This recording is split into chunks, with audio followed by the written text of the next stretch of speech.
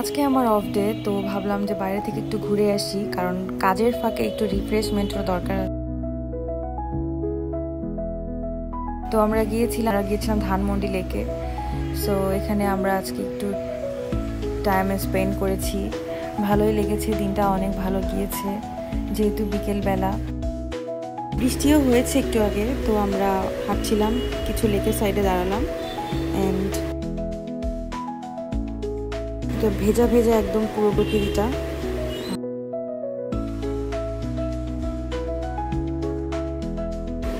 সম্ভবত এখানে একটা কনসার্ট হবে, সেটার এক প্রস্তুতি নিয়েছিল।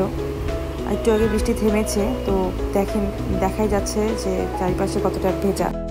তো আমরা হাঁটছিলাম অ্যান্ড কিছু খাওয়ার জন্য ভাবছিলাম যে এখানে কি আছে।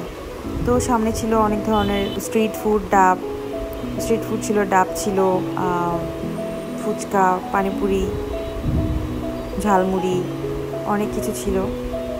তো আমরা এখান থেকে ফুচকাটা নিয়েছি।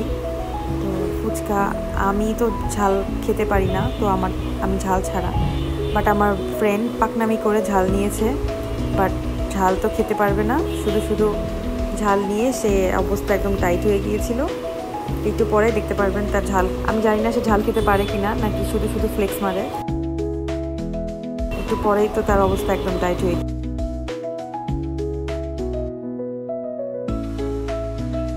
খায়। ও নাকি প্রচুর পরিমাণে ঝাল লাভার। আমি দাঁড়ায় কাহিনী দেখতেছিলাম, মুড়ি খাচ্ছিলাম।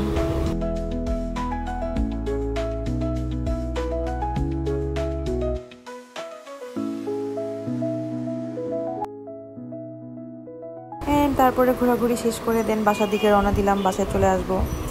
আর বাসায় যেতে যেতেই তুমুল আকাশ বৃষ্টি নেমেছে, এত পরিমাণে বৃষ্টি যে একদম রিক্সা সহ আমি